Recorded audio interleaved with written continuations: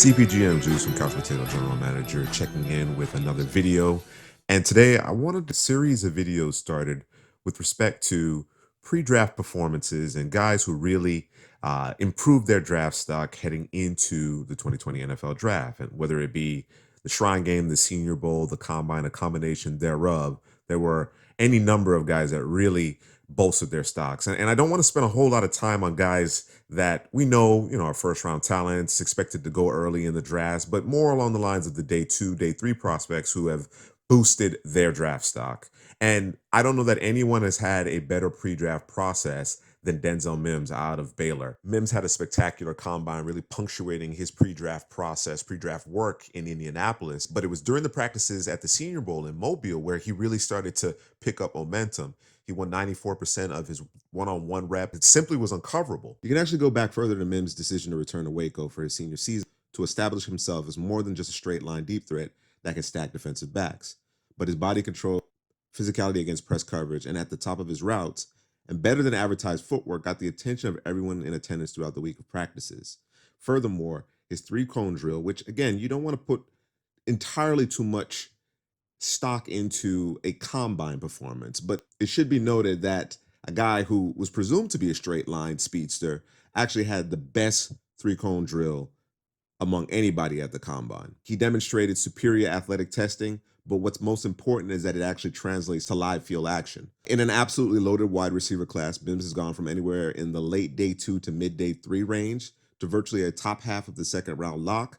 And it would not surprise me if he found himself selected in the bottom third, bottom quarter of the first round, considering how strong a pre-draft process he's had to date. A relatively recent rash of Baylor receivers haven't lived up to expectations in NFL.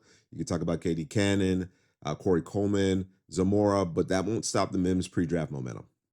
There's an old adage, don't scout the helmet, scout the player. That adage applies to Denzel Mims, as well as our next pre-draft riser, Kyle Dugger, safety out of Lenoir Rhyne. I find Dugger's story fascinating, his whole recruitment process, there really wasn't much of a recruitment process.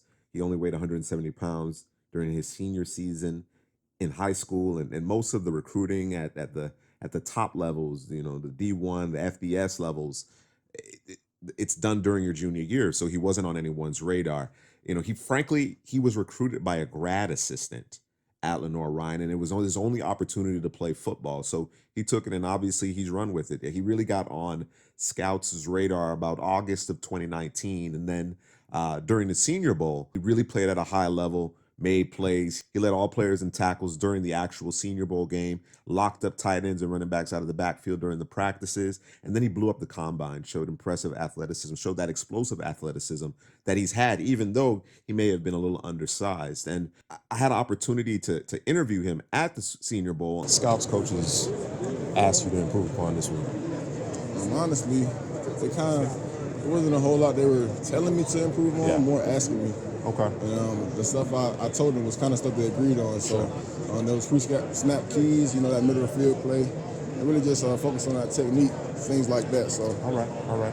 So where are you most comfortable? Deep third, you in your quarters, you in the box. Where are you most comfortable at? I feel like it was most comfortable just coming down into the box on the run. I feel like there was a lot of deep field play where I didn't feel too involved, but I got action when I was in the box more so I guess that made me feel more comfortable. No, I understand. I'm sure you recognize that, in a passing league, NFL, that's what the money is at. We're locking down the tight ends, running backs out of the backfield, being able to play in the slot, so on and so forth. Among the things that you and the scouts had agreed on, was that one of the things that they were talked about, or let me know? One of the biggest things was really they know I can be physical, but it was just kind of knowing what I'm doing when I'm down there. Sure. And also being able to not just be so one-sided, just like, focus on the run so much, but just being able to get out that box, getting that curl flat drop, everything like that. So I hear you. So in other words, what it sounds like to me, you tell me if I'm on the right point, is that you play based off of instincts. You've been playing a lot based off of instincts. I just want you to really just get into the film room, study, and so on and so forth. So that's what it is, man. I appreciate you. Get that back. Yeah. What I took away from it was the awareness that he had. He's a very intelligent young man, and he has a ton of awareness in terms of what he needs to improve upon. from the physical standpoint, the athletic ability, he checks all those boxes. He has athleticism in spades, but he understands that it's the mental processing, it's the finer points of the game that he has to master in order to really take his game to another level. He already started in the day two conversation. He cemented that, depending on, you never know that it only takes one team for someone to really fall in love. But I expect him to be selected at the top half of the second round. Well, all right, that's going to do it for this video. Denzel Mims and Kyle Dugger clearly have helped themselves a ton throughout the pre-draft process. Like I said at the top of this video, there will be more content along these lines in the coming weeks leading up to the 2020 NFL Draft.